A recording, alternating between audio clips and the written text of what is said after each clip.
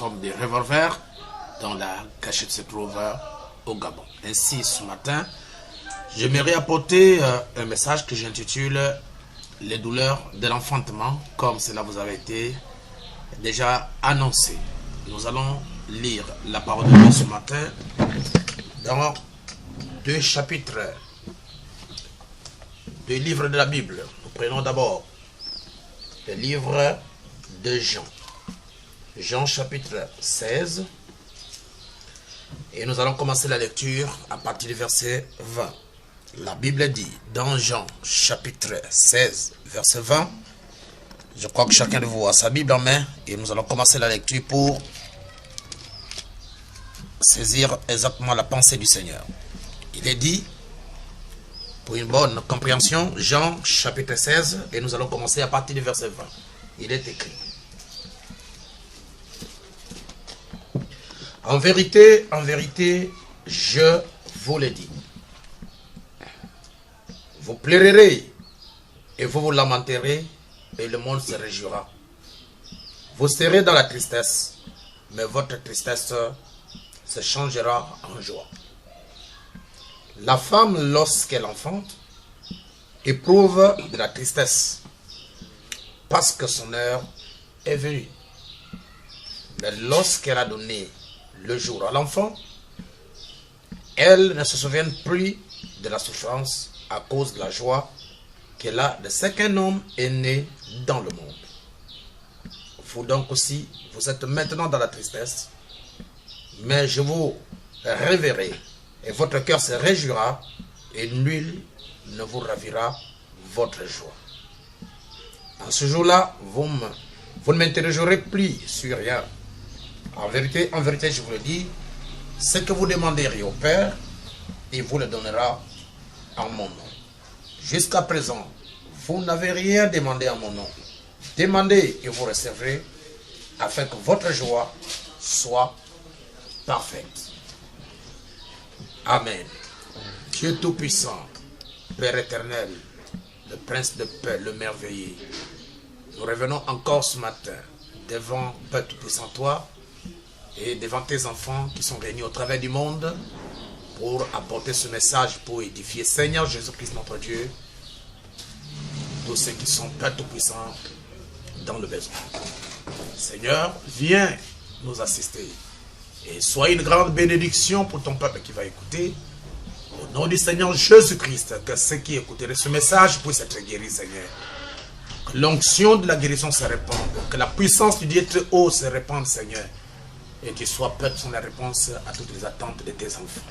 Seigneur Jésus, guéris ceux qui ont le mot dans leur ventre, guéris ceux qui ont le mot dans leur tête, guéris ceux qui ont le mot, Père Tout-Puissant, sur leur dos, sur leurs pieds, sur tout leur corps.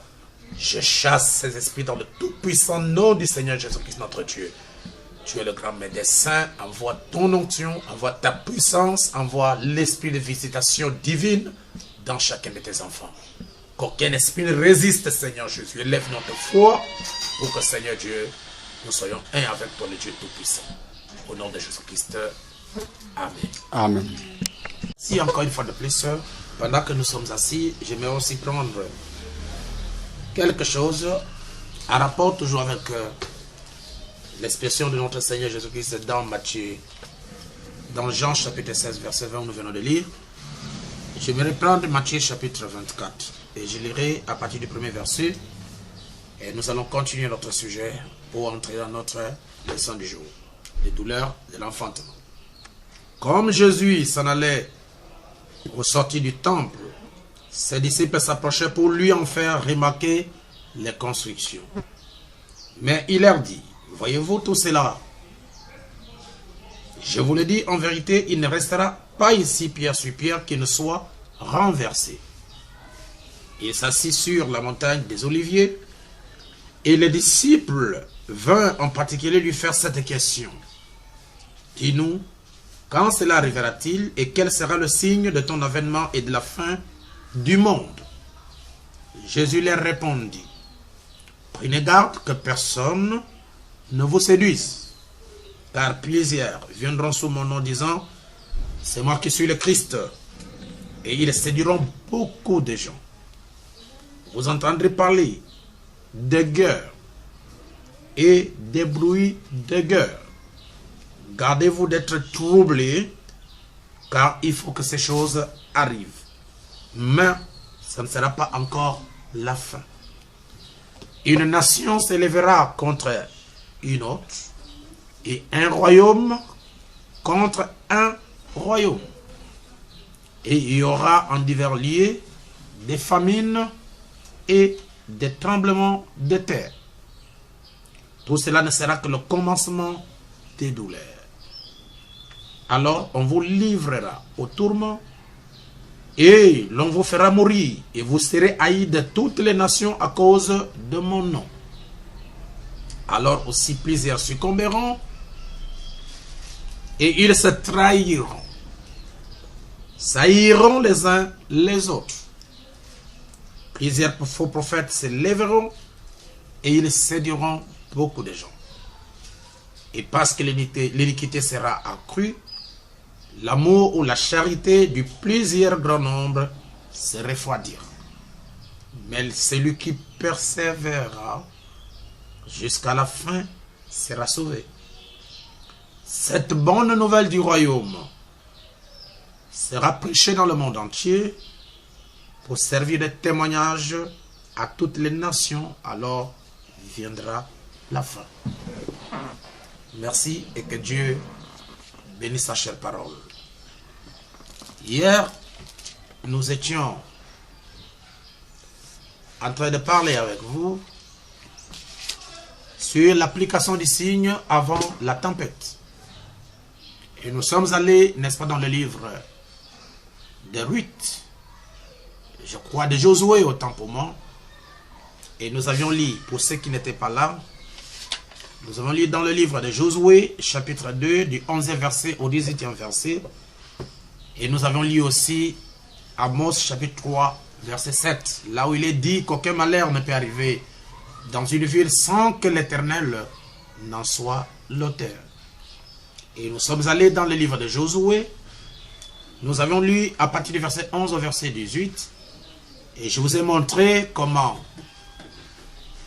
Josué, qui était le remplaçant, le successeur de Moïse, avait envoyé, n'est-ce pas, 2 espions à Jéricho, la ville de Rahab, la ville de Zaché, pour aller explorer le pays avant de conquérir la nation de Jéricho. Et je vous ai montré, chers frères, chères sœurs, chers amis qui me suivent, que lorsque les 2 espions sont arrivés là-bas, ils ont été accueillis par une femme prostituée. Et je vous ai fait remarquer que cette femme prostituée pensait que ces 2 espions venaient, n'est-ce pas, pour passer la nuit avec elle, pour coucher avec elle. Il a donné l'argent, mais c'était son jour de visitation.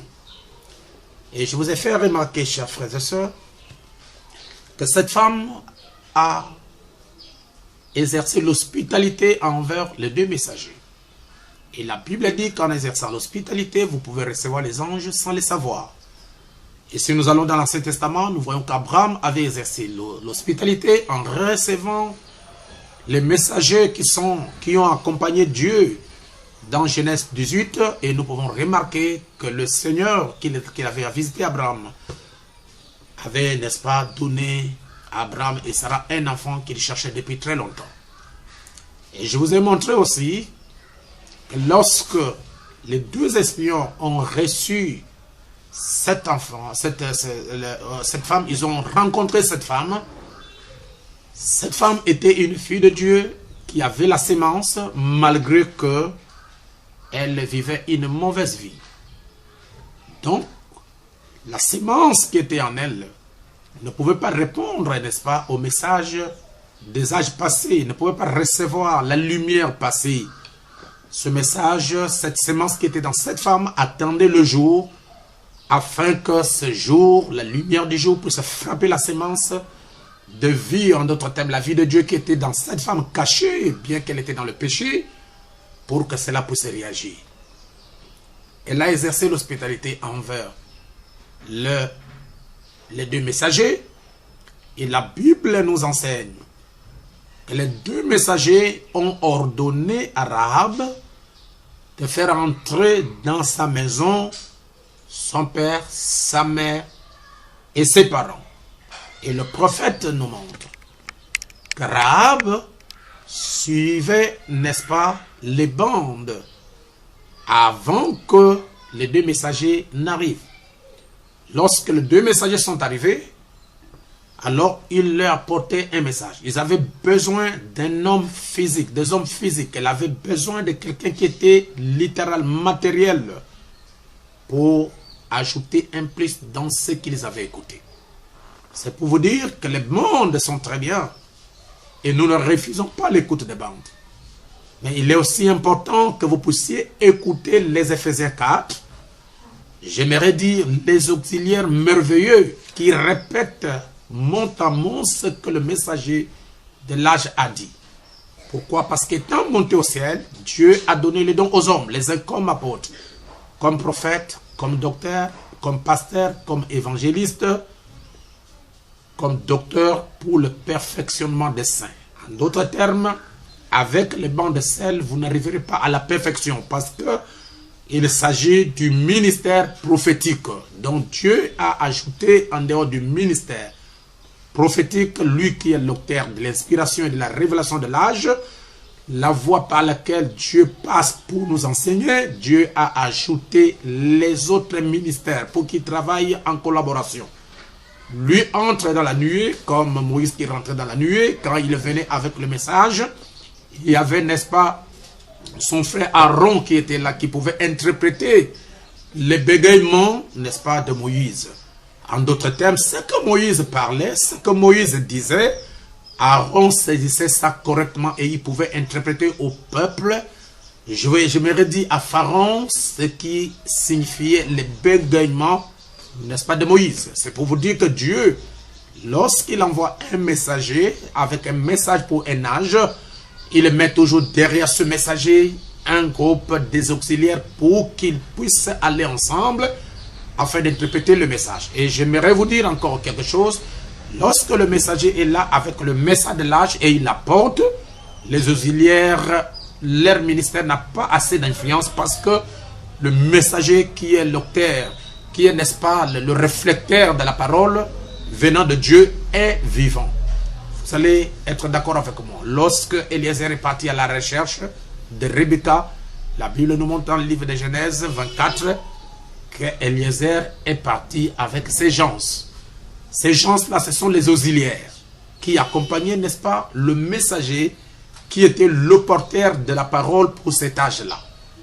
Et je crois à l'écoute de bande. J'aimerais vous faire lire quelque chose parce que les gens sont en train de voler avec un seul L, mais avec les bandes. Vous devez voler avec les bandes et le ministère des auxiliaires de Malachie 4. Pourquoi? Parce que un seul doigt ne peut pas laver toute une figure. Nous avons besoin des autres doigts pour s'associer, n'est-ce pas, au gros doigt pour laver. La Bible dit, ce n'est pas que le pasteur Moussengo est contre ceux qui écoutent des bandes, mais je vais vous dire que ce n'est pas suffisant.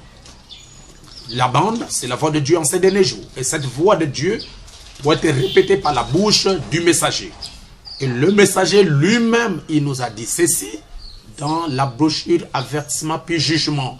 Il nous a parlé des 5 ministères. Le prophète a expliqué les 5 ministères. Chaque rôle de chaque ministère, le prophète messager en a parlé. Et la Bible dit dans Apocalypse chapitre 1er, je lirai à partir du premier verset, la révélation de Jésus-Christ que Dieu lui a donnée pour montrer à ses serviteurs les choses qui doivent arriver bientôt. Et qu'il a fait connaître par l'envoi de son ange à son serviteur Jean, lequel a attesté la parole de Dieu et le témoignage de Jésus-Christ. La Bible dit, tout ce qu'il a vu. Heureux, celui qui lit, voyez, on parle de celui qui lit. Et vous n'allez pas ignorer que ce message que nous apportons est le message d'Élie. Parce que cet ange, nous allons le lire au fur et à mesure que nous avançons, qui a donné la révélation à Jean, n'est rien d'autre que l'esprit d'un prophète, l'esprit du messager. Et le prophète dit que c'est l'esprit d'Élie. Et vous savez qu'est-ce que nous croyons là-dessus? C'est l'esprit d'Élie qui a opéré dans Frère Branham. Et la Bible dit, errez, c'est lui qui lit. Et ceux qui entendent, suivez bien, les paroles de la prophétie. La parole de la prophétie, c'est le message de l'heure. Ceux qui lisent, celui qui lit et celui qui entend les paroles de la prophétie et qui garde les choses qui sont écrites car le temps est proche. Ces paroles de prophétie, c'est le message du prophète William Marion Branham, le messager de l'âge. Pas seulement celui qui écoute, même celui qui lit, les deux sont errés. C'est pourquoi nous vous disons, comme le prophète lui-même l'a dit dans question et réponse numéro 3, on lui a posé la question. Comment un homme peut-il, n'est-ce pas, s'approcher de l'amour divin? Comment un homme peut-il être plus proche de l'amour divin? Le messager a répondu dans la question et réponse numéro 3, il faut lire et prier. Ça veut dire, on peut lire et on peut aussi prier. N'est-ce pas? Et la Bible dit, comment peut-il envoyer, comment peut-on prêcher la parole s'il n'y a pas de gens qui les prêchent? Et comment les gens peuvent-ils prêcher s'ils ne sont pas envoyés? Et je voudrais vous dire, frère, que Joseph Branham, notre précieux frère, n'a jamais dit aux gens de rester à la maison et d'écouter les bandes. Parce que lui-même, il est prédicateur, il prêche la parole. Moi, je pense que c'est du prosélytisme que les gens veulent faire tout autour des bandes de Frère Branham. Vous voyez, quand le prophète William Branham nous mettait sur la terre, bien qu'il avait imposé le ministère de bande qui était mondial, que nous connaissons et nous croyons, mais le prophète Branham lui-même prêchait. En dehors du prophète William Branham, il y avait aussi Neville qui prêchait. Alors si nous devons simplement écouter les bandes, William Branham s'est inspiré même des prédications de Neville pour les prêcher. Par exemple, la brochure L'humilité. Humilie-toi. Il s'est inspiré, n'est-ce pas, de la prédication de Frère Neville pour prêcher. Et il en a prêché. Oh, que le Seigneur Jésus-Christ puisse nous aider. Alors nous avions dit que Rahab écoutait les prédications, écoutait les bandes dans sa maison. Mais il lui manquait, n'est-ce pas, des hommes physiques qui pouvaient lui interpréter les choses qu'elle écoutait. Vous n'allez pas ignorer que dans le Nouveau Testament, la Bible nous parle de l'eunuque éthiopien. L'eunuque éthiopien qui est venu à la fête de la Pentecôte. Et lorsqu'elle était en train de répartir chez elle, chez lui au Templement, alors il a commencé à lire le prophète Ésaïe. Ésaïe 53, bien sûr. Et le message nous dit, la Bible nous enseigne, que Dieu avait envoyé un messager vers lui qui était bien sûr Pierre. Et lorsque Pierre l'a rencontré dans Actes chapitre 8, si je ne me trompe pas, Pierre a posé la question à cet homme s'il connaissait, s'il comprenait les choses qu'il lisait.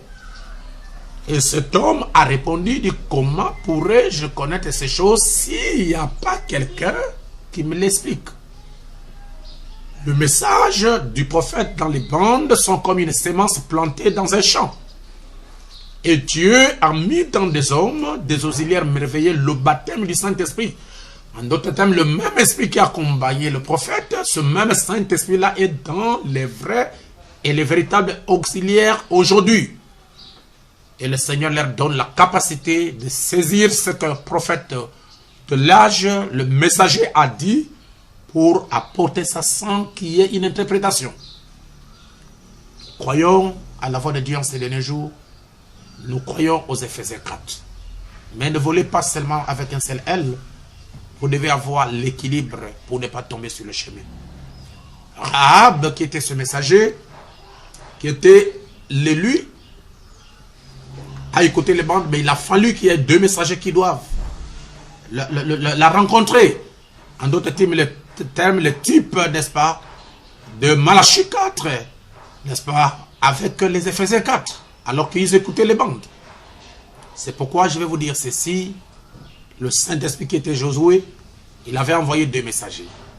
Et le Dieu Tout-Puissant, la grande nuée de gloire, la grande colonne de feu dans un âge, il envoie toujours le messager de l'âge avec les auxiliaires qui l'accompagnent, qui vont exercer le ministère pleinement quand le messager de l'âge n'est pas là.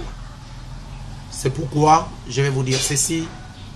Jéricho était barricadé. Jéricho n'avait pas, n'est-ce pas, d'issue de sortie et d'entrée. Jéricho était scellé à l'intérieur et à l'extérieur. Comme nous l'avons dit hier dans le livre de Apocalypse, n'est-ce pas, chapitre 5, à partir du 2e verset, que le livre de sceaux était scellé. La Bible dit scellé au dedans et à dehors. Scellé au dehors et au dedans, scellé de 7 sceaux. Il ne pouvait pas y entrer, mais à l'intérieur de ce livre de la rédemption, qui est le livre de vie de l'agneau, qui est le livre, n'est-ce pas, d'intercession, qui est le livre qui donne la vie à ceux qui vont écouter. Il y avait le nom des élus qui étaient. Pour que ces élus puissent être sauvés, sortir de la dénomination du monde, il a fallu que le sceau soit brisé. Nous croyons que la vraie adoration vient quand le sceau s'ouvre. Et la révélation parfaite de qui est Dieu revient quand les sceaux sont ouverts. Et nous disons merci à Jésus pour ça. Donc Jéricho était barricadé à l'intérieur et à l'extérieur. Personne ne pouvait entrer ni sortir. Alors que dedans il y avait un élu. Il a fallu un message, il a fallu des élus, il a fallu un messager avec les auxiliaires pour aller sortir. N'est-ce pas, Rahab?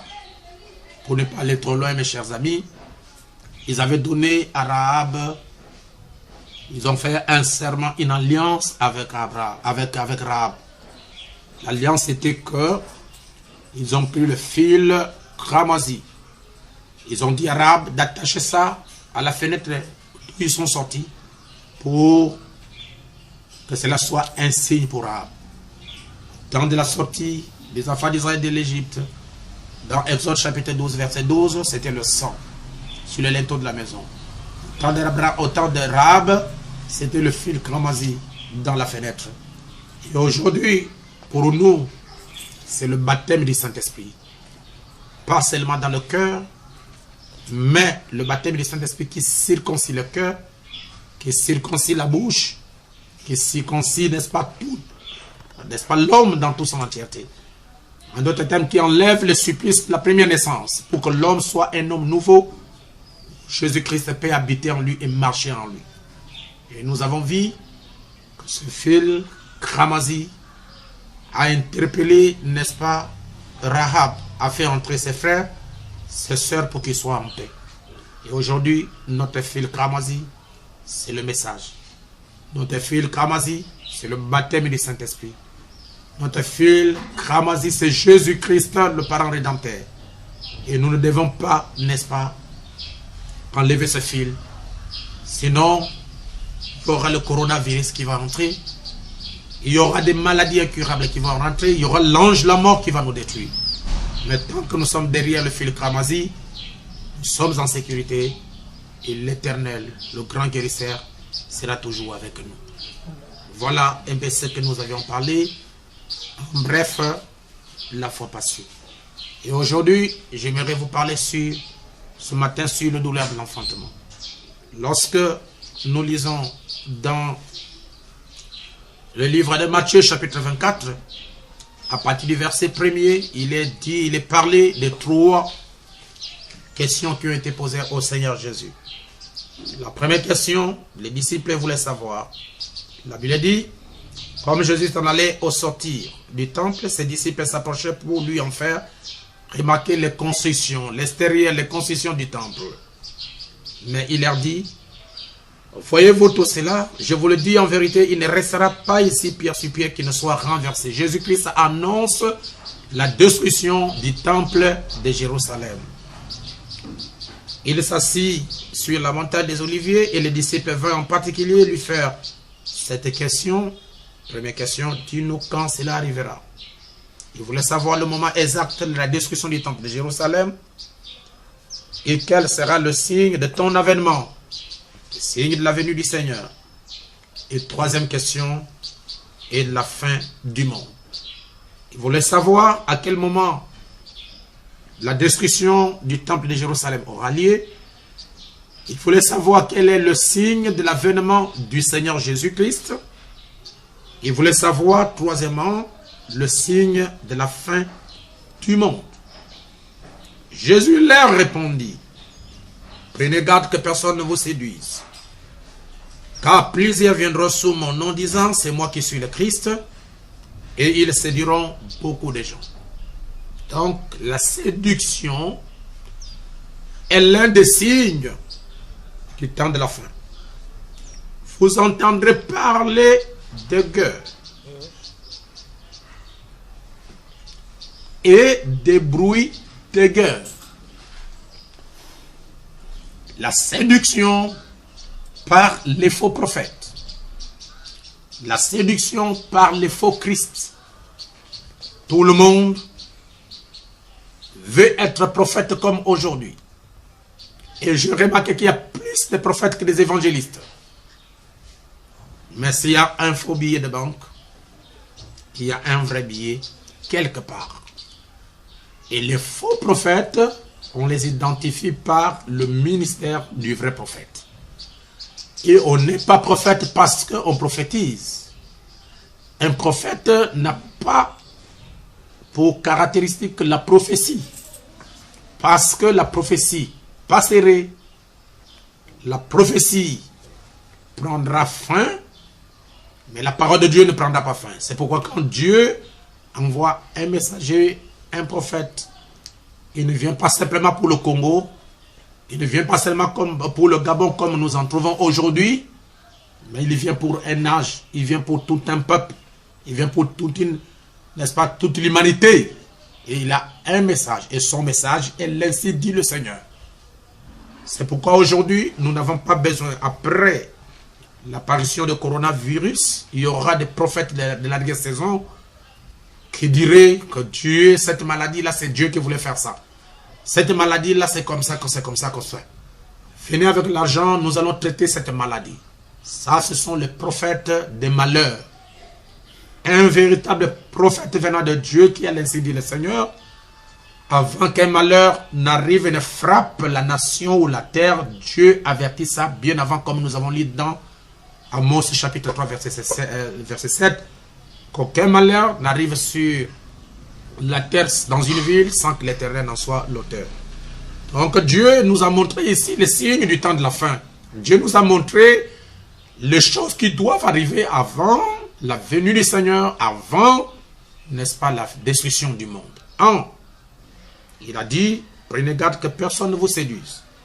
Suivez bien, car plusieurs viendront sous mon nom, disant, c'est moi qui suis le Christ, et ils séduiront beaucoup. Vous entendez parler de guerre et de bruits de guerre. Gardez-vous d'être troublés, car il faut que ces choses arrivent.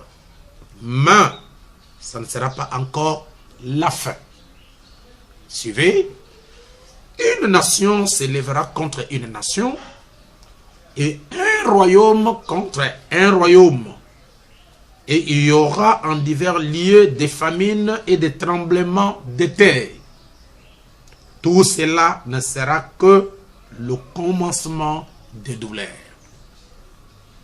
Voyez, il y a des événements qui vont arriver. Il y a la destruction de la terre qui va arriver. Il y a des calamités qui vont tomber sur la terre. Il y a des fléaux qui vont venir sur la terre. Mais la Bible nous enseigne qu'il y aura les guerres entre nation et nation, royaume et royaume. Il y aura de la famine et des tremblements de terre. Personne n'ignore mon frère et ma soeur, que nous sommes au temps de l'accomplissement total, complète de Matthieu 24. Parce que ceci ne sont que les paroles propres du Seigneur Jésus-Christ lui-même. Nous voyons des guerres dans le monde, nous voyons, n'est-ce pas, des bruits de guerre. En d'autres termes, des armes. Les bruits de guerre, ce sont les armes. Partout. Nous voyons la séduction ecclésiastique partout. Nous voyons, n'est-ce pas, les gens qui se font même Christ, qui se font Dieu, qui prennent la place de Dieu, la place de Christ, comme l'Antéchrist. Vous savez très bien qu'il n'est rien d'autre que le faux prophète, qui n'est rien d'autre que l'Antéchrist, qui n'est rien d'autre que l'homme du péché. C'est lui dont la Bible parle dans Apocalypse chapitre 13, n'est-ce pas, à partir du verset 18. C'est lui. Et vous savez très bien qu'il est décrit clairement dans Apocalypse chapitre 17. On nous montre qu'il est la mère des impudiques, la mère des prostituées, ou en d'autres termes, la mère des églises, parce qu'une prostituée, c'est une femme de mauvaise vie. Donc la femme est le type, n'est-ce pas, de l'église dans la Bible. Quand il est dit qu'il est la mère des prostituées, ça veut dire que cette bête, cette femme, n'est-ce pas, riche, elle est à la tête de toutes les églises. Vous voyez, et la Bible dit, elle est bâtie sur cette montagne. D'autres termes, cette ville, cette grande ville qui a la domination, n'est-ce pas, dans le domaine religieux, politique, dans le monde entier, est bâtie sur cette montagne. Et vous ne serez pas en contradiction avec moi. Et vous croirez réellement, chers frères, chères sœurs, qu'il y a une seule ville dans le monde entier qui a été bâtie sur cette montagne, c'est la Rome, c'est le Vatican. Donc c'est là où vous trouverez, n'est-ce pas, le dominateur qui va dominer sur le monde, dans le monde entier, dans peu de temps. Et c'est lui qui va amener ce que nous appelons la pression œcuménique, où toutes les églises, n'est-ce pas, qui ne seraient pas d'accord avec lui, seront fermées parce qu'ils auront le secours de l'États-Unis d'Amérique, les protestants, ils auront le secours des évangéliques, des églises évangéliques, ils auront le secours des églises pentecôtistes, ils auront le secours de toutes les églises qui existent sur la terre. Il y aura un lien, une relation avec, n'est-ce pas, l'islam. Ils seront un dans ce que nous appelons le conseil œcuménique des églises. C'est que la Bible appelle l'image de la bête. Et cette image de la bête serait, n'est-ce pas, chapeautée par les protestants. Et derrière les protestants, il y a le catholicisme qui est, n'est-ce pas, la mère des impudiques, des prostituées. Je n'aimerais pas y arriver, mais je voudrais juste vous faire comprendre quelque chose. Donc je disais que tout ce que la Bible a prédit dans Matthieu 24, c'est déjà sur le point de s'accomplir totalement. La séduction est là, même dans le niveau politique. Les politiciens s'en vont dans les campagnes, ils font des actes de campagne, ils font des promesses aux enfants de Dieu, ils font des promesses, n'est-ce pas, à la population, qui n'arrivent pas à accomplir. Et si vous voulez un moment, si vous voulez voir un moment où un politicien est content, c'est quand il s'agit des élections. Là, il peut vous donner toutes les promesses qu'il n'arrive pas à accomplir. Mais il y a un seul homme qui peut donner les promesses et que ces promesses ne feront jamais faillir et ne failliront jamais. C'est le Seigneur Jésus-Christ. Donc, nous avons la séduction. Même au niveau de la religion, il y a la séduction. Il y a des gens qui prêchent pour prêcher. En d'autres termes, ils ne sont pas envoyés par Dieu pour faire un travail. Mais ils le font, n'est-ce pas, pour satisfaire la chair et pour satisfaire à leur ventre. Je ne viens pas là-bas. Chacun connaît, n'est-ce pas, ce que le Seigneur l'a appelé à faire quand il l'a appelé au ministère. Il y a la séduction qui est déjà là. Nous avons les guerres partout dans le monde. Nous avons le bruit des guerres. Et la Bible dit, car il faut que ces choses arrivent, mais ce ne sera pas encore la fin.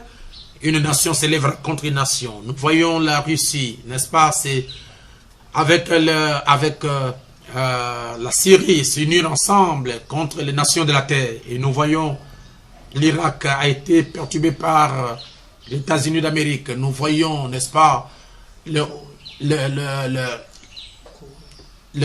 Corée, et ainsi de suite. Il y a beaucoup de choses, qui se passent, qui sont vraiment en train de s'accomplir selon la prophétie du Seigneur Jésus-Christ. Un royaume s'élève contre le royaume et il y aura en divers lieux des famines. Nous en avons en Éthiopie partout. Et des tremblements de terre. Il y en a partout. Los Angeles a été bousculé, il a été tremblé. Et nous avons l'Haïti qui a été, n'est-ce pas, bousculé par les tremblements de terre dernièrement. Ça, nous en avons en actualité tous les jours. Et la Bible dit ceci, tout cela ne sera que le commencement des douleurs. En d'autres termes, il y aura des moments difficiles qui arrivent, mais il y aura aussi des moments merveilleux qui arrivent. Avant que les moments merveilleux que le Seigneur a promis pour son église, pour son épouse n'arrivent, il doit y avoir toutes ces choses qui doivent arriver sur la terre. N'est-ce pas? Toutes ces choses-là, les guerres, les bruits de guerre, la faim, une nation qui s'élève contre une nation, un royaume contre un royaume, ce sont les douleurs de l'enfantement qui annoncent la naissance d'un royaume inébranlable. Ce royaume qui vient par la pierre de fête qui descend, n'est-ce pas, qui va briser l'écuménisme, qui va briser, n'est-ce pas, le conseil communique, afin d'engendrer un nouveau royaume dont l'Église, l'épouse de Christ, vivra avec le Seigneur Jésus éternellement dans les jours futurs. Donc pour que le millénium soit installé, pour que le royaume, n'est-ce pas, le nouveau royaume que le Seigneur est allé nous préparer, soit installé, il faut que ce monde que nous habitons maintenant passe par des douleurs, passe par des tremblements, passe par la famine, passe par des guerres, afin que ces choses amènent la naissance d'un nouveau royaume. C'est pourquoi le Seigneur Jésus-Christ, notre Seigneur et notre Dieu, avait dit dans le livre de Jean, au chapitre 16, la Bible dit ceci. Jean chapitre 16, là où nous venons de lire, au verset, n'est-ce pas, Jean chapitre 16, verset 20. Jésus-Christ a dit à ses disciples, c'est juste le moment où le Seigneur est en train de partir, et il ne voulait pas que l'Église puisse avoir la confusion, n'est-ce pas, sur le Dieu qu'on doit adorer. Il n'y a pas deux dieux, ni trois. Parce que le Créateur est seul et il est unique. D'ailleurs, le premier commandement dit, écoutez, ô Israël, votre Dieu est unique. Or, lui, il n'y a pas un autre Dieu. La Bible nous enseigne, chers frères et sœurs, que c'est le seul et le seul vrai Dieu qui a créé les cieux et la terre. Il n'y en a pas deux. Il n'y a pas un Dieu le Père, un Dieu le Fils, un Dieu le Saint-Esprit. Sinon, trois dieux, il y aura trois personnalités différentes et nous serons des païens en adorant, n'est-ce pas, trois dieux. Il y a un seul Dieu et ce Dieu s'est manifesté dans la chair humaine pour sauver l'humanité. Et il s'appelle Emmanuel, le Seigneur Jésus-Christ. Dans l'Ancien Testament, il était sous la forme d'une grande lumière appelée la colonne de feu. Et dans le Nouveau Testament, Christ est venu par Marie dans la chair. Et le jour du baptême, Dieu de l'Ancien Testament est venu s'unir avec la chair, homme. Jésus-Christ est devenu Dieu. N'est-ce pas? Parce que ses origines, comme dit la Bible dans Michée chapitre 5, remontent aux temps anciens, au jour de l'éternité. Jésus-Christ n'est pas seulement un homme de temps, mais il est un Dieu éternel. Celui que nous adorons, à qui nous avons la rédemption et la plénitude de la joie, de la tranquillité, de la protection. C'est lui le Seigneur Jésus-Christ dont je suis en train de vous parler. Jésus a dit, en vérité, je vous le dis, vous pleurez et vous vous lamenterez et le monde se réjouira.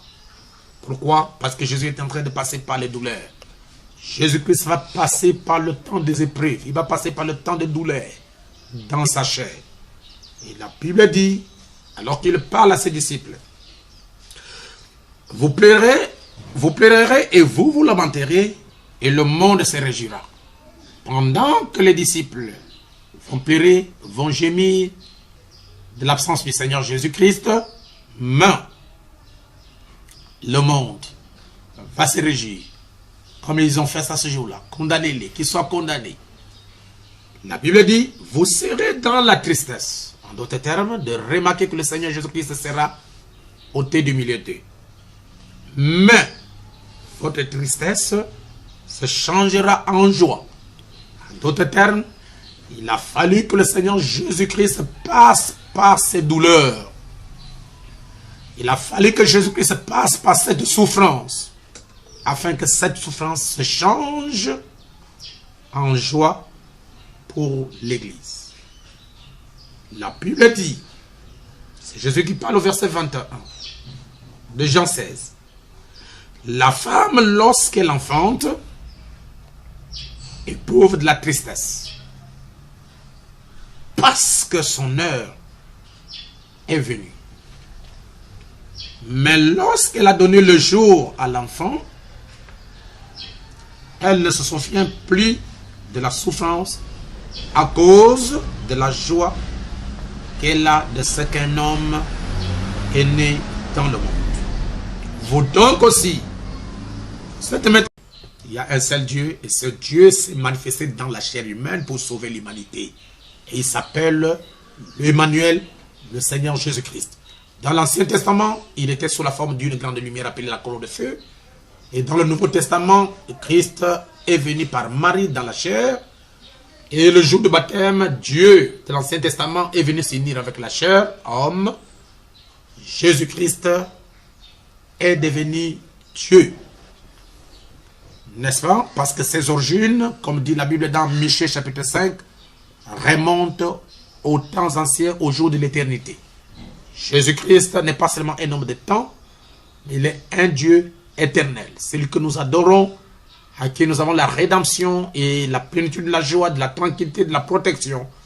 C'est lui le Seigneur Jésus-Christ dont je suis en train de vous parler. Jésus a dit, en vérité, je vous le dis, vous pleurez et vous vous lamenterez et le monde se réjouira. Pourquoi? Parce que Jésus est en train de passer par les douleurs. Jésus-Christ va passer par le temps des épreuves. Il va passer par le temps des douleurs dans sa chair. Et la Bible dit, alors qu'il parle à ses disciples, vous pleurerez et vous vous lamenterez et le monde se réjouira. Pendant que les disciples vont pleurer, vont gémir de l'absence du Seigneur Jésus-Christ, mais le monde va se réjouir. Comme ils ont fait ça ce jour-là. Condamnez-les, qu'ils soient condamnés. La Bible dit, vous serez dans la tristesse. En d'autres termes, de remarquer que le Seigneur Jésus-Christ sera ôté du milieu d'eux. Mais, votre tristesse se changera en joie. En d'autres termes, il a fallu que le Seigneur Jésus-Christ passe par ces douleurs. Il a fallu que Jésus-Christ passe par cette souffrance, afin que cette souffrance se change en joie pour l'Église. La Bible dit, c'est Jésus qui parle au verset 21 de Jean 16. La femme, lorsqu'elle enfante, éprouve de la tristesse, parce que son heure est venue. Mais lorsqu'elle a donné le jour à l'enfant, elle ne se souvient plus de la souffrance à cause de la joie qu'elle a de ce qu'un homme est né dans le monde. Vous donc aussi, vous êtes maintenant dans la tristesse, mais je vous reverrai et votre cœur se réjouira et nul ne vous ravira votre joie. Jésus-Christ est en train de partir, mais il a promis un jour qu'il va nous accorder la joie. J'aimerais vous dire ceci, chers frères, en rapport avec les douleurs de l'enfantement. Vous voyez que la pluie est très importante pour la vie humaine. Et la pluie apporte la vie sur la terre. La pluie fait germer la sémence. La pluie apporte la nourriture à l'humanité. La pluie apporte les bénédictions à l'humanité, au monde. Vous voyez, lorsque la pluie tombe, même les mauvaises herbes, même les bonnes herbes, tous se réjouissent. Pourquoi? Parce que ça leur permettrait de vivre. Mais remarquez, chers frères, avant que la pluie ne tombe, le ciel doit, n'est-ce pas, déchirer. Il y aura des douleurs, il y aura des éclairs, il y aura des tonnerres, il y aura des bruits, il y aura le vent. Toutes ces choses, c'est le douleur qui annonce la venue de quelque chose qui doit apporter la vie. N'est-ce pas? Comme une femme, depuis le jardin d'Éden, dans Genèse chapitre 3, il est dit que tu accoucheras avec peine. En d'autres termes, avec douleur. Pourquoi? Parce qu'elle a brisé l'insigne du Seigneur. Elle a détourné, ou bien elle a changé la voie prévue par Dieu pour que l'homme puisse venir sur la terre. Tu as dit, comme tu as écouté la voix du serpent, au lieu d'écouter ton mari, tu accoucheras avec douleur. Et vous savez exactement ce qui s'est passé dans le jardin d'Éden. C'est le serpent qui n'était pas un reptile, qui avait 2 pieds, qui marchait comme un homme, qui est allé avec Ève. Et c'est le diable et Satan qui était incarné dans ce serpent, qui a séduit Ève, et ils ont eu leur premier enfant qu'on appelle Caïn. Et lorsque vous allez, n'est-ce pas, dans 1 Jean, chapitre 3, verset 12, la Bible déclare clairement que Caïn était du diable. Donc, je voudrais vous montrer par là que Dieu, quand il est venu, il a dit à la femme, tu accoucheras avec douleur, avec peine. À l'homme, tu mangeras par le sueur de ton front. Et Dieu a maudit la terre. À cause, n'est-ce pas? C'est pourquoi, chers frères et sœurs, j'aimerais vous dire aujourd'hui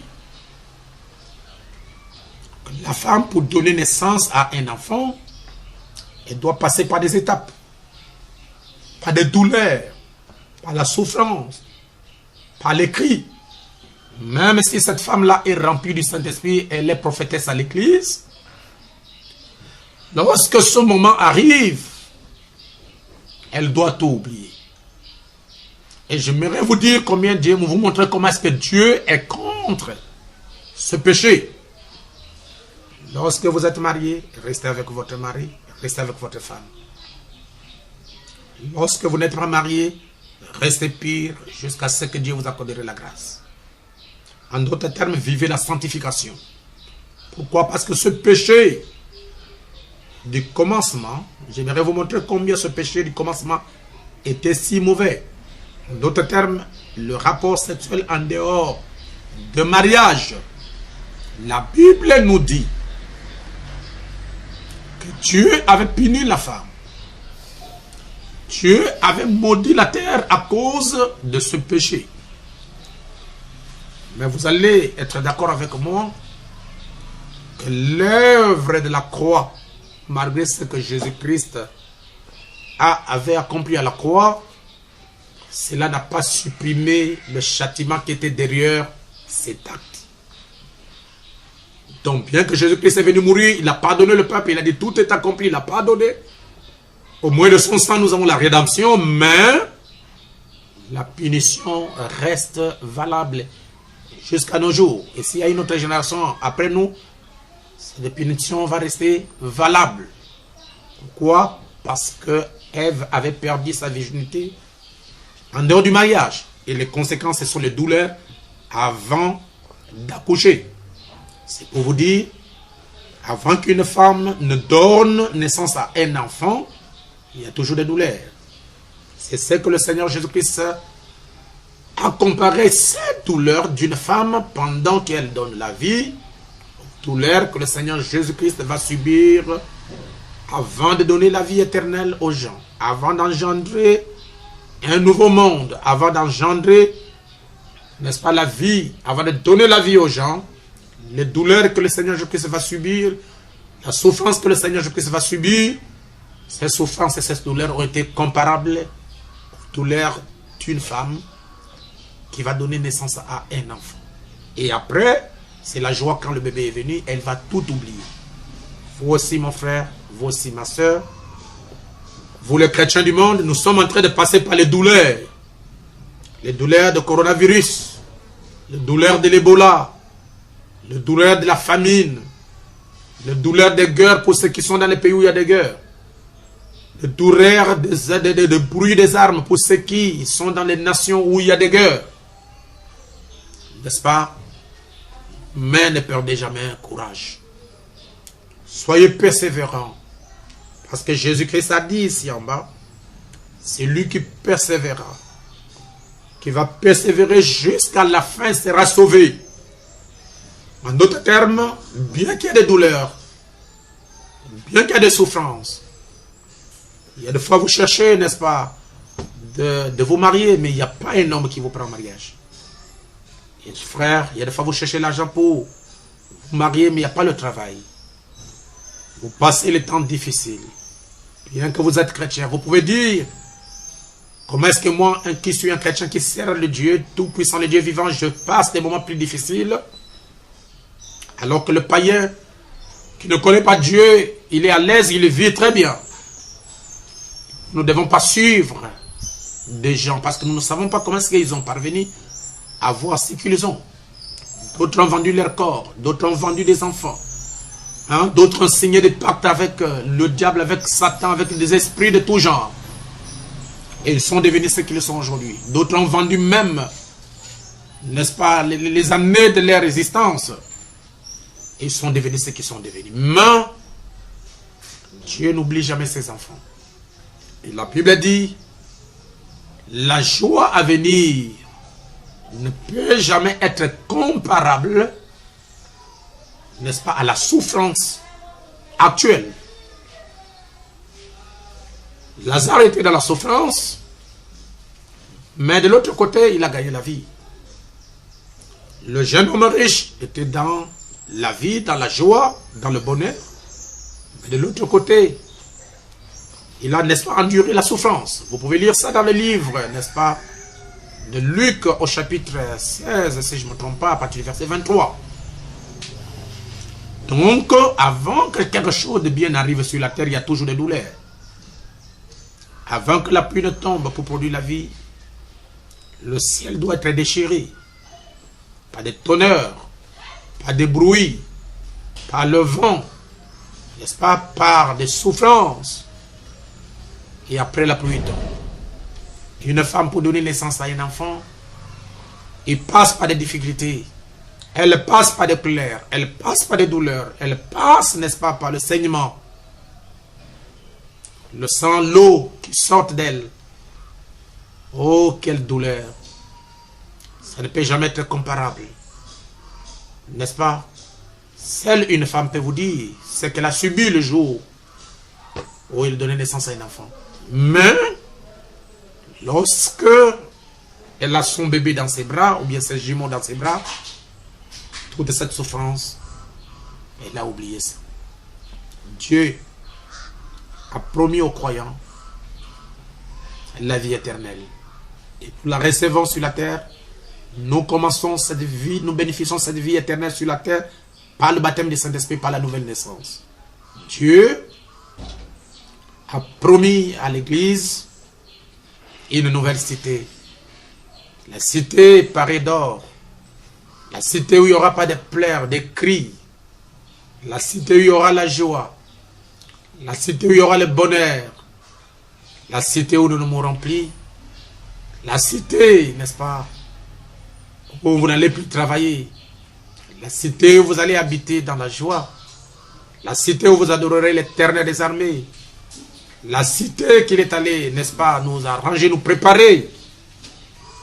C'est un lieu réel. Et je vous dis que cela ne viendra pas du ciel. Le prophète messager dit dans la bouche des mères futures de l'épouse qu'elle poussera, n'est-ce pas, de la terre, exactement à l'endroit où Jésus-Christ fut enlevé, exactement à l'endroit où Abraham a rencontré Melchisedec, exactement à l'endroit, n'est-ce pas, où Jésus-Christ fut enlevé, à Jérusalem. Cette cité qu'Abraham cherchait, cette cité que les autres ont saluée au loin, le Seigneur Jésus-Christ, cet endroit, cette cité où Adam et Ève habitaient, où il y avait la joie qui était cachée, n'est-ce pas, après le déluge, après la destruction, après le péché, Dieu a caché cet endroit poussera. Et nous allons habiter de nouveau en Éden. Maintenant, présentement, nous habitons dans l'Éden de Satan. Et le travail de Satan maintenant, et de ses agents qu'il a envoyés sur la terre, sous forme de femmes mal habillées, sous forme des hommes, des dragueurs, ils ont pour mission d'enlever la vie de Dieu qui est en vous, cette vie de Dieu que vous avez reçue par la nouvelle naissance. Vous voyez, on parle de douleur de l'enfantement. Lorsqu'une personne cherche le baptême du Saint-Esprit, il jeûne, il prie, il crie, il ne dort pas, il passe des moments difficiles dans sa vie pour atteindre le but. Et lorsqu'il atteint le but, il a vu les merveilles qui sont cachées dans le Saint-Esprit. Il est dans la joie. Vous voyez pourquoi? Parce qu'il a bénéficié les résultats, en d'autres termes, les résultats de ces douleurs. Vous allez remarquer, chers frères et sœurs, lorsqu'une semence est plantée à terre, avant que cette semence ne puisse se reproduire, elle doit passer par la chaleur, les douleurs, elle doit passer par la mort. Et cette mort produira une autre semence à l'intérieur de cette même semence qui est allée sous terre. Jésus-Christ doit aller sur la terre, afin que par Jésus-Christ, la vie qui est en lui puisse sortir pour entrer dans d'autres personnes. Si vous voulez recevoir la vie éternelle, vous devez mourir vous-même. Mourir vous-même pour que la vie éternelle puisse sortir. Je voudrais lire quelque chose rapidement dans la brochure Les douleurs de l'enfantement, prêchant 65, paragraphe 29. Le prophète dit: maintenant, je voudrais parler cet après-midi sur le sujet que j'ai annoncé, les douleurs de l'enfantement.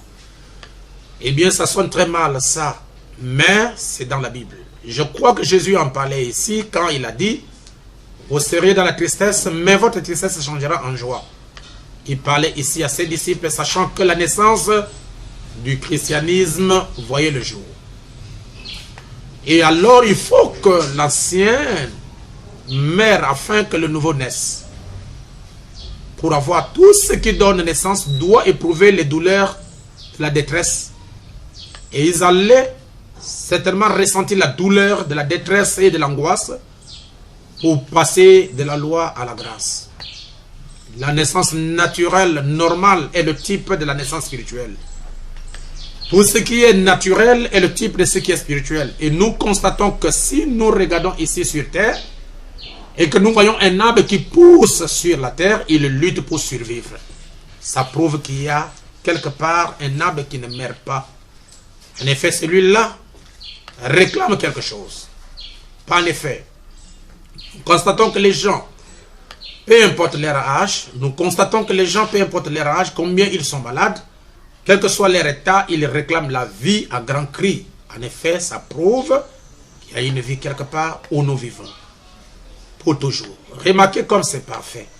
Maintenant, dans 1 Jean chapitre 5, je crois que c'est là, si je ne me trompe pas, il est dit, il y en a 3 qui rendent témoignage dans le ciel, le Père, la parole et le Saint-Esprit. Ces 3-là sont 1. Il y en a 3 qui rendent témoignage sur la terre. Ce sont l'eau, le sang et l'esprit, et ils sont d'accord. Maintenant, remarquez, les 3 premiers sont 1, et les 3 derniers sont terrestres, et ils sont d'accord. Vous ne pouvez pas avoir le Père sans le Fils, et vous ne pouvez pas avoir le Fils sans le Saint-Esprit. Mais vous pouvez avoir l'eau sans le sang, et le sang sans l'eau.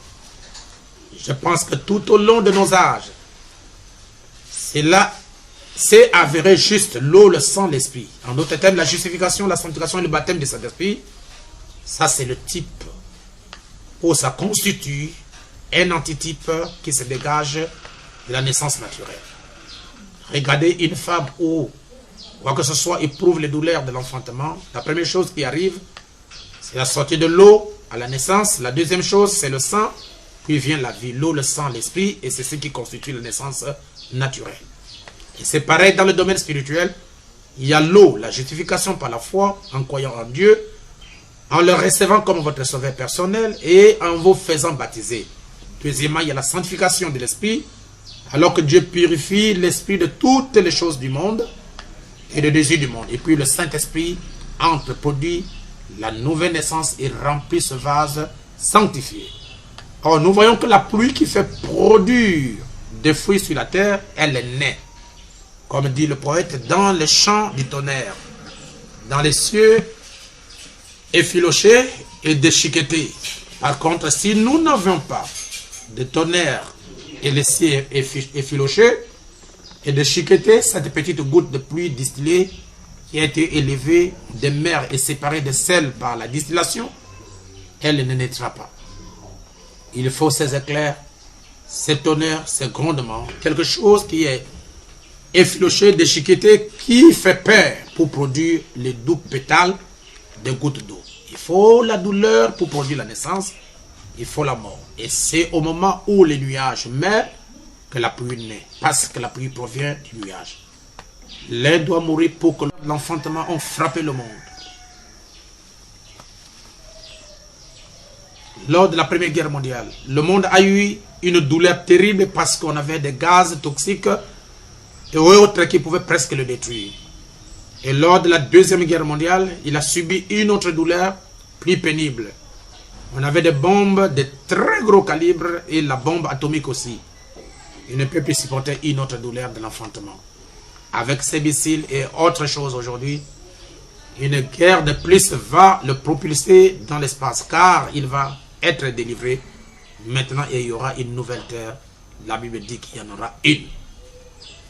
Donc, j'ai dit avant que la nouvelle vie, la nouvelle terre ne puisse s'installer, ne puisse prendre place, il faut que cette ancienne terre passe par des douleurs. Et je vous informe que la terre que nous vivons aujourd'hui est passée par les douleurs de la Première Guerre, les douleurs de la Deuxième Guerre. Et la Première Guerre a duré, n'est-ce pas, de 14 à 18, 4 ans. La Deuxième Guerre va de 40 à 45, 5 ans. Mais la Troisième Guerre mondiale, d'après le messager, va durer que 3 minutes. Et lorsque cette guerre va balayer toute la terre, il y aura de nouvelles terres et de nouveaux cieux. C'est pourquoi, chers frères et sœurs, puisque la Bible ne peut pas mentir, il est dit dans le livre d'Apocalypse chapitre 21, alors que je suis en train de clôturer mon message, la Bible dit, à partir du verset 9, puis un des 7 anges qui tenait les 7 coupes remplies de 7 derniers fléaux, il y avait 7 anges. Et ces 7 anges, chacun avait les coupes, avec les fléaux dans ses mains. Mais la Bible dit, puis un des 7 anges qui tenait les 7 coupes remplies de 7 derniers fléaux, les 7 derniers fléaux qui contenaient, donc dans ces coupes, il y avait des fléaux, les coupes comme une caillasse, mais à l'intérieur, il y avait des fléaux, et celui qui les détenait, c'est un des 7 anges. Et j'aimerais vous dire que c'est le dernier ange. Vint et il m'adressa la parole en disant, viens, je te montrerai l'épouse, la femme de l'agneau. Et il me transporta en esprit sur une grande et haute montagne. Il me montra la ville sainte Jérusalem qui descendait du ciel d'auprès de Dieu, ayant la gloire de Dieu. Son éclat était semblable à celui d'une pierre très précieuse, d'une pierre de jaspe transparente comme du cristal. Elle avait une grande et haute muraille, et elle avait 12 portes, et sur les 12 portes, 12 anges, et des noms écrits, c'est des 12 tribus d'Israël. Si vous continuez, on donne la description, n'est-ce pas, de cette ville, nouvelle Jérusalem qui viendrait d'en haut. Et le prophète nous montre que cet ange-là, que Jean allait adorer, et qui avait refusé l'adoration, n'est pas un ange comme Gabriel, Michael et tous les autres. Mais cet ange-là, c'était un messager, un prophète. Question-réponse numéro 4, page 164. Paragraphe 59. On pose la question. Mon cher frère ou ma chère sœur, qui que ce soit, qui a posé bien sûr cette question, le messager dit, ce n'était pas Jésus qui ne voulait pas recevoir l'adoration dans Apocalypse chapitre 22, verset 8. Vous lirez que c'était le prophète, l'ange, qui ne voulait pas recevoir l'adoration. Quand Jean se prosterna pour adorer l'ange qui lui avait montré ces choses, celui-ci dit, garde-toi de le faire, car je suis l'un de tes compagnons. Je suis l'un des prophètes. Voyez-vous, je suis ton collègue, ton compagnon de service, l'un des prophètes. Adore Dieu. Ce n'était pas Jésus qui avait refusé cela, c'était le prophète qui avait refusé d'être adoré. Et aucun prophète n'accepterait d'être adoré. Aucun prophète n'accepterait qu'on puisse l'adorer. Et nous vous demandons, à vous qui adorez, n'est-ce pas, les prophètes qui adorez les gens, qui adorez le messager de l'âge, de changer votre lieu d'adoration. Le lieu d'adoration, c'est en Jésus-Christ, la parole, l'agneau de Dieu, révélé en ce jour. Le prophète dit dans la révélation de Jésus-Christ prêchée en 60, paragraphe 113. Je suis en train de terminer. Nous découvrons que lorsque Jean s'est mis à adorer cet ange, l'ange a dit, garde-toi de le faire. Apocalypse 22. Je crois que c'est cela. Il a dit, je suis ton compagnon de service et c'est lui des prophètes. Le prophète dit, ça pouvait être Élie. Ça pouvait être un des prophètes. Jean était un apôtre, mais ce prophète fut envoyé et Jean était un apôtre. Considérez la nature de ces autres épîtres. C'est la preuve que ce n'était pas Jean qui les a écrits, parce que cela ne reflétait pas la nature de Jean. Prenez 1 Jean, chapitre 1 Jean et 2 Jean, et le reste, et lisez-le, observez-en la nature. Puis observez la nature de ceci. L'Apocalypse, bien sûr. Jean était un écrivain et un apôtre. Mais celui-ci, c'est l'esprit d'un prophète. C'est une personne totalement différente qui a révélé à Jean le livre d'Apocalypse. Et le prophète dit que ça, c'est l'esprit d'un prophète. C'était Élie. Bien-aimés frères et sœurs, je ne saurais terminer ce message sur le douleur de l'enfantement en vous disant que vos épreuves, vos douleurs, toutes les difficultés que vous endurez maintenant, produirez quelque chose dans ta vie. Persévérer jusqu'au bout. Même si tu n'as pas de travail, même si tu n'as pas de mari, même si tu n'as pas de l'argent, même si tu n'as pas d'enfant, persévérer. Et cela produirait quelque chose de meilleur. Vous êtes en train de chercher l'Éternel dans la prière, dans les consécrations. Vous endurez les douleurs. Les genoux sont devenus noirs. Vous avez maigri à cause des jeûnes, à cause de prières. Vous ne perdrez rien. L'Éternel va vous récompenser. Dieu ne restera jamais avec la dette de quelqu'un. Il paiera vos souffrances. Il paiera vos moments de jeûne. Il paiera vos moments de consécration. Parce que l'Éternel ne restera jamais avec la dette de quelqu'un. Je termine, chers frères et sœurs, en vous lisant notre chapitre du jour. C'est pour vous dire que nous ne devons pas nous lasser de prier, de nous consacrer, de jeûner pour notre nation, pour la nation que le Seigneur nous a donnée. C'est notre héritage, c'est notre pays. Nous ne devons pas être contents de voir les gens souffrir, les gens mourir. Parce que la mort, ce n'est pas seulement le coronavirus. Tu peux mourir de l'accident ou d'une crise cardiaque. Tu peux mourir, n'est-ce pas, d'une maladie quelconque qui peut vous arriver. Le problème, ce n'est pas de mourir. Le problème, c'est d'être prêt à rencontrer votre Seigneur si vous quittez la terre. C'est pourquoi mon message prochain, je l'annonce déjà, sa série. Où passeras-tu ton éternité? C'est le message que nous allons passer, nous allons prêcher prochainement.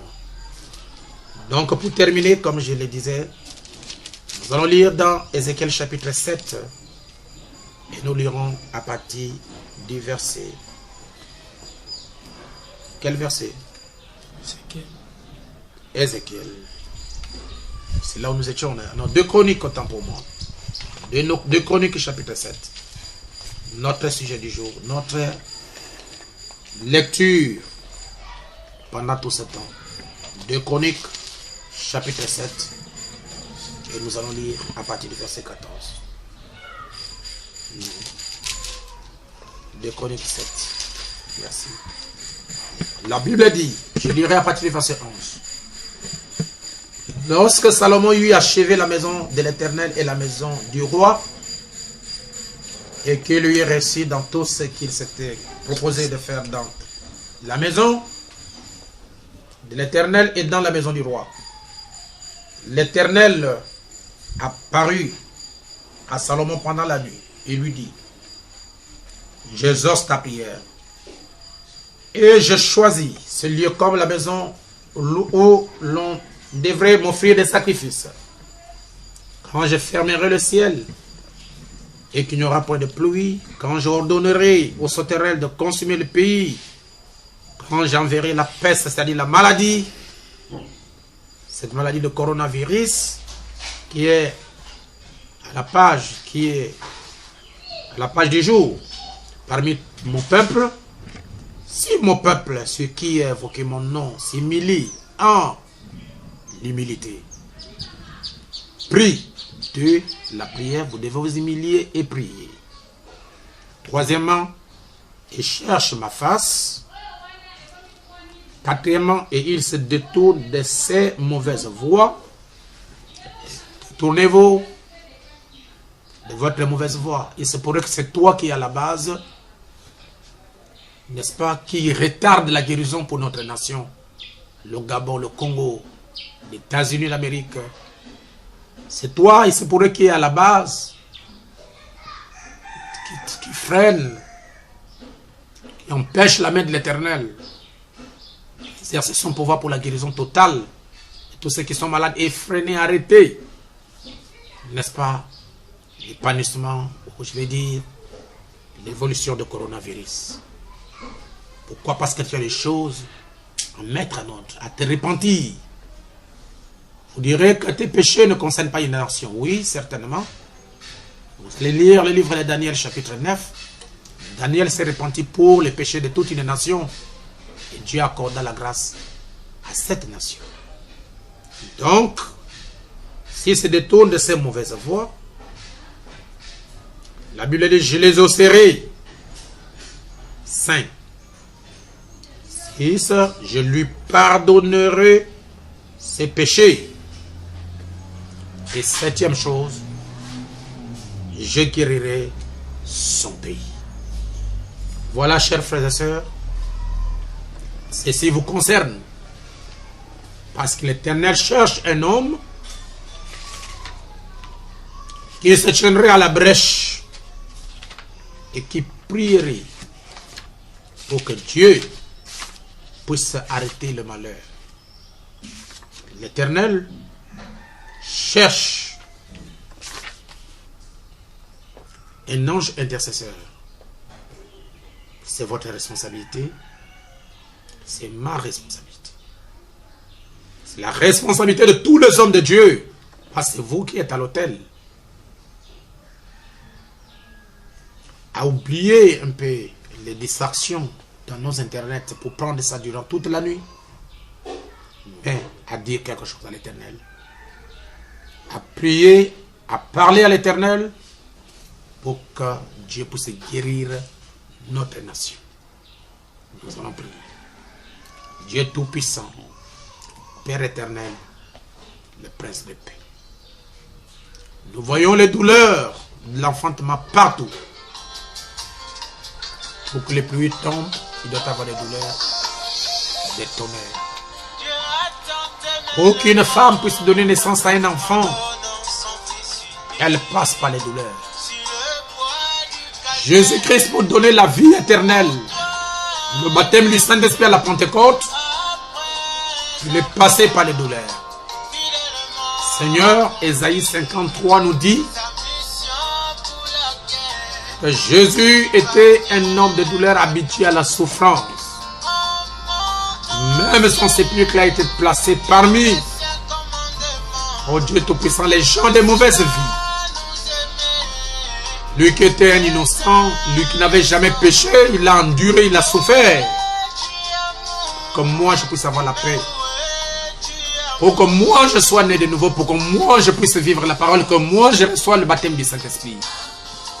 Seigneur Jésus-Christ, toi qui es le Dieu d'amour, toi qui es riche en miséricorde, n'oublie pas mes frères, n'oublie pas mes sœurs, n'oublie pas ton peuple au travers du monde entier. N'oublie pas mon frère, Brice, interprète avec son épouse. N'oublie pas mon frère Sylvestre avec son épouse Vanessa. N'oublie pas, Seigneur Jésus-Christ, mon frère Ruffin et son épouse et sa famille. N'oublie pas Harley et son épouse. N'oublie pas, Seigneur Dieu Tout-Puissant. Oh, Jésus-Christ le diacre, Yvon et sa famille, Seigneur. N'oublie pas mon épouse et mes enfants. N'oublie pas tous les serviteurs de Dieu du plein évangile. Leurs femmes, leurs enfants. N'oublie pas, Seigneur, le frère Jeannot et son épouse et sa famille. N'oublie pas, Seigneur Jésus-Christ, notre Dieu, tous les serviteurs de Dieu qui travaillent avec moi, Seigneur, dans le ministère.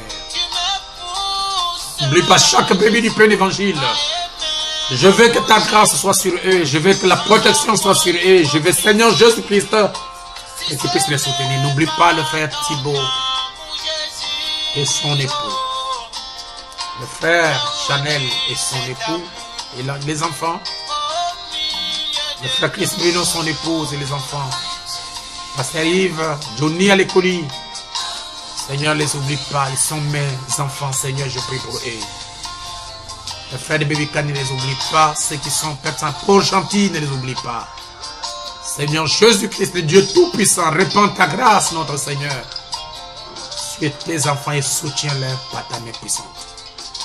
Au travers du monde, ceux qui me suivent à l'internet en France et dans le monde entier, aux États-Unis, que ta grâce, notre Seigneur Jésus-Christ, tombe sur eux maintenant et qu'ils soient protégés par l'efficacité de ma prière dans le tout-puissant nom du Seigneur Jésus-Christ. N'oublie pas tous les saints de Dieu. N'oublie pas les serviteurs de Dieu que tu nous as donnés dans l'évangile. Seigneur Jésus-Christ, mes enfants, mon épouse, ne les oublie pas. L'épouse de Jésus-Christ dans le monde entier. Partout il y a le coronavirus, Seigneur. Là-bas en Afrique du Sud, au Congo, Brazzaville, au Congo, Kinshasa. Seigneur Dieu Tout-Puissant, Ouganda, au Rwanda, partout il y a tes enfants, Seigneur Dieu. Que ta grâce puisse être avec eux. Toutes les nations qui sont frappées par cette maladie. Seigneur Jésus-Christ, le Dieu Tout-Puissant, guéris nos pays, Seigneur. Guéris nos nations. Guéris nos frères, guéris nos sœurs, Seigneur Dieu. Père divin, notre Dieu, n'oublie pas Jérusalem, Israël.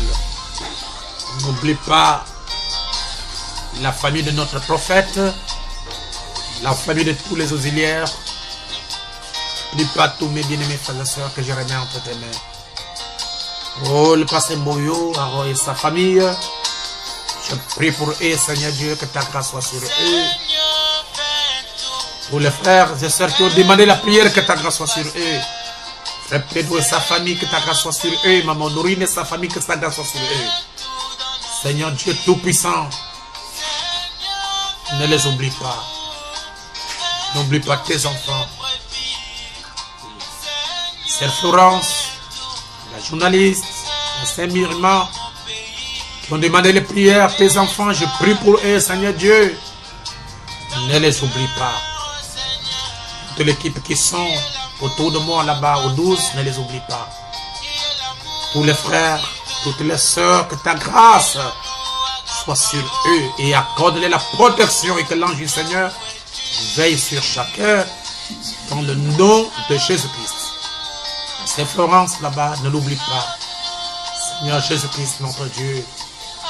N'oublie pas la sœur Mado, sœur Marie-Jeanne, beaucoup de frères, beaucoup de sœurs que je manque même de citer le nom ici. Répands ta grâce sur le frère Martin, ainsi que Dieu Tout-Puissant, son épouse. Ne les oublie pas. Oh Dieu, Esther, Marthe, mon épouse, mes enfants. Même le frère qui est venu dans l'émission ici, n'oublie pas le pasteur Barouk, toute sa famille, tous les membres de BKT Bernacle, ne les oublie pas. Mais la paix dans chacun soit notre protection. Et tous ceux qui travaillent dans ma maison soient Seigneur Jésus-Christ sous ta protection. Bénis Israël, les frères de Monda, de Franceville, de Port-Gentil, de Kony, de Koundja, Seigneur de Lambaréné, tous les frères de Libreville, que ta grâce, Jésus-Christ, le Dieu Tout-Puissant, se répand sur eux et que tu leur accordes la paix au nom de Jésus-Christ. Amen. Amen.